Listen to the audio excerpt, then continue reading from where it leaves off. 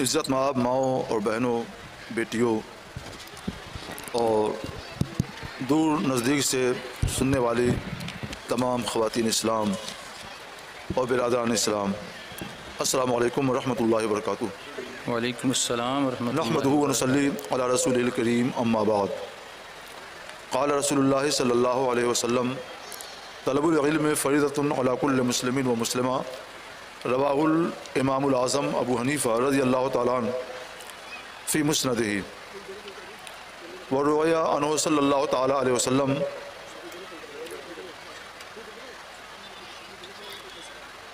تعلموا العلم من المہد الی اللحد، صدق رسول اللہ صلی اللہ تعالیٰ علیہ وسلم۔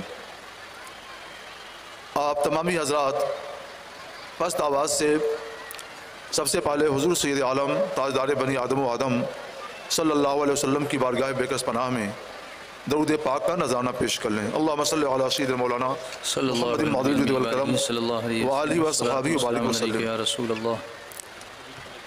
ماں کے لیے عالمہ ہونا اور علم شریعت پر عمل پیرا ہونا، سنت نبوی کے مطابق زندگی گزارنا، بلکہ سنت نبوی کے سانچے میں اپنے آپ کو ڈھال لینا، یہ بہت ہی ضروری اور بہت ہی اہم ہے، اور یہیں سے بہتر انسانی معاشرے کی تعمیر و تشکیل ہوتی ہے۔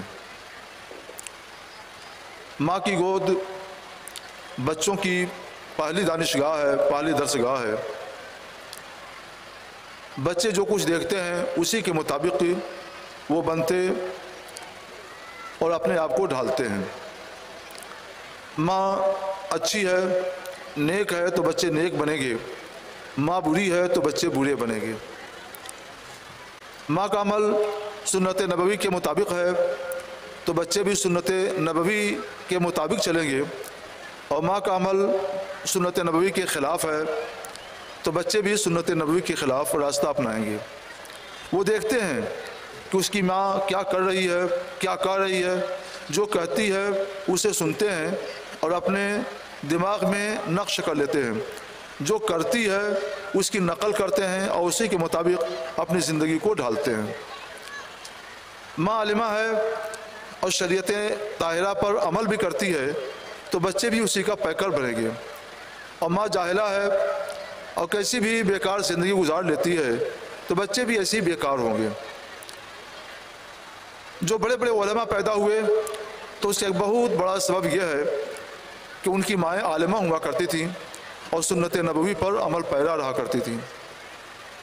جب ماؤں نے اپنی یہ روش بدل دی، اپنے لیے کوئی بھی راستہ اختیار کر لیا، کہیں بھی چلے جانا، کسی بھی طور پر زندگی گزار لینا اور کسی بھی طور پر اپنے نفس کی تسکین دینا ان کے اندر آ گیا، تو پھر یہ ساری خرابیاں بچوں میں بھی در آئیں۔